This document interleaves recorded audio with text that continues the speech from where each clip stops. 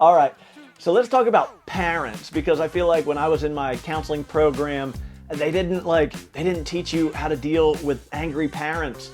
No offense, Wilmington University, I love you, but it wasn't something that I got. So let's talk about it. So the ones that I'm talking about, the emails that are all in capital letters with exclamation points, the phone calls that spike your heart rate and blindside you that your secretary just kind of puts through, or the meetings where you brace yourself before they even walk in because you just know, it's like the whole the apple doesn't fall far from the tree kind of meeting that you're going to have. But here's the truth that I've learned is that most parents, they're not difficult.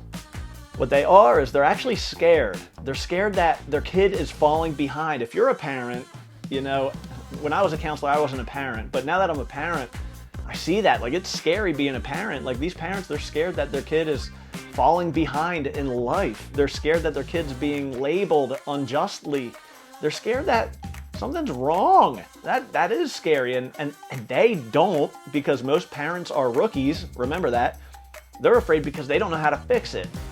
And so anger is just fear with the volume turned up. Remember that. When a parent comes in hot, what they're really saying is please, don't miss my child. I don't know what to do. Please take this seriously. Please don't give up on them. They're not actually saying that. That'd be nice if that's what they said, but that's the message that's under the surface.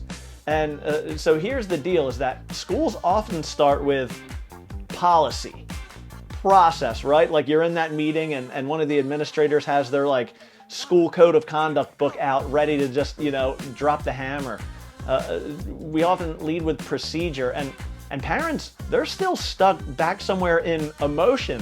They're worried. They're in protection mode. And so they feel dismissed. You're skipping over all of that and going right to the policy and how the kid needs to be acting and all that kind of stuff, which is fair. But when people feel dismissed, they escalate.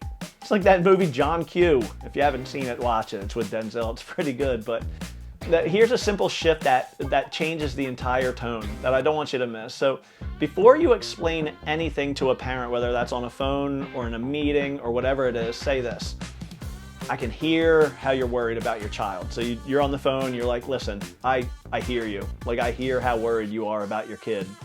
Not you're wrong, not, well, that's not how it works, ma'am. Not here are the rules. Just, hey, you know what? I can hear how worried you are. And that one sentence does three things. That one is that it really validates their fear.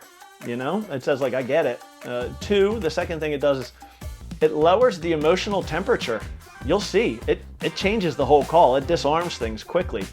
But three, you're telling them you're not crazy for caring, because at the end of the day, we care too. So why don't we just communicate that? And I think you'll see a big shift. So only after that do people actually listen to the things that you're trying to say, because you do have things that you need to say.